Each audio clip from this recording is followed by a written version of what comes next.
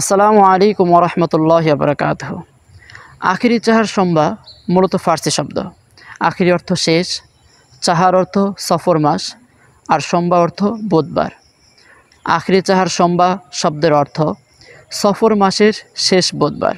মহানবী সাল্লাল্লাহু আলাইহি ওয়াসাল্লামের নবুয়ত পরবর্তী জীবনের 13টি বছর মক্কার কাফের কুরাইশদের নানামুখী নির্যাতন নীরবে সহ্য করতে হয়েছে। হিজরতের পর মদিনার ইহুদি মুনাফিকদের নতুন ষড়যন্ত্রের শিকার হন। মক্কার কাফেরেরা তাকে মদিনার ইহুদি মুনাফিকদের যুগ সাজসে তাকে শান্তিতে স্বস্তিতে থাকতে দেয়নি। তারা সর্বদা আগ্রাসী ষড়যন্ত্রে লিপ্ত ছিল। এমনকি ওরা মহানবী সাল্লাল্লাহু আলাইহি ওয়াসাল্লামের প্রাণ নাশের অপচেষ্টাতেও লিপ্ত ছিল। মহান আল্লাহ তাআলা পবিত্র কোরআনে বলেন, কুল্লু নাফসিন যায়িকাতুল মাউত, প্রত্যেক প্রাণীরই মৃত্যুর স্বাদ আস্বাদন করতে হবে। সৃষ্টির এই অমোঘ নিয়মে প্রত্যেক নবী রাসূলই নবুয়তি দায়িত্ব পালনের পর মহান রবের দিদারে পাড়ি জমিয়েছেন।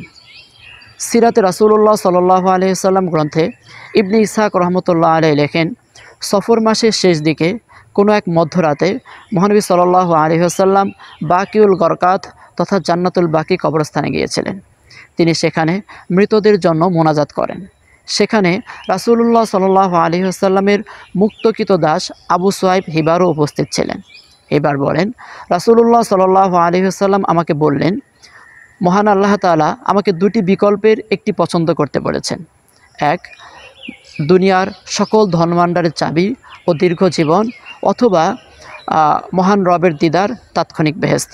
হিবার বলেন, আমি বললাম আপনি প্রথমটি পছন্দ করুন।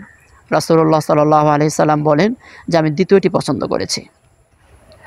এরই পরিপ্রেক্ষিতে তিনি অসুস্থ হয়ে পড়েন।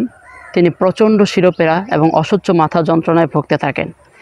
অবস্থা এমন হলো যে তার অন্তিম যাত্রার অধিকাংশ সময় তিনি অজ্ঞান ছিলেন। আবিসিনিয়া থেকে ওষুধ এনে খাওয়ানো হলেও অবস্থার কোনো পরিবর্তন হলো না। নবী পরিবারের সদস্য এবং সাহাবায়ে কেরামগণ তার বেঁচে থাকার আশা ছেড়ে দেন। এ খবর মদিনায় ছড়িয়ে পড়ার পর মদিনার ইহুদি মুনাফিকদের আনন্দের সীমা রইল না। অপরদিকে সাহাবায়ে কেরাম এবং তার পরিবারের সদস্যগণ আতঙ্কিত হয়ে পড়লেন তার চিরবিদায়ের আশঙ্কায়। এই চরম উৎকণ্ঠা এবং উদ্বেগের মধ্যেই একদিন রাসূলুল্লাহ সাল্লাল্লাহু আলাইহি ওয়াসাল্লাম কিছুটা সুস্থতা অনুভব করলেন। নবীকন্যা ফাতেমা এবং প্রিয় নাতি হাসান হুসাইনকে সাথে নিয়ে দুপুরে খাবার গ্রহণ করলেন। নবী পরিবারের সদস্য এবং সাহাবায়ে কেরামগণ এ খবরে আনন্দে আত্মহারা হন। মহান রবের শুকরিয়া করণার্থে তারা নফল সালাত আদায় করেন এবং আল্লাহর রাস্তায় গরিব দুঃখীদের মাঝে সামর্থ্য অনুযায়ী দান সদকা করেন।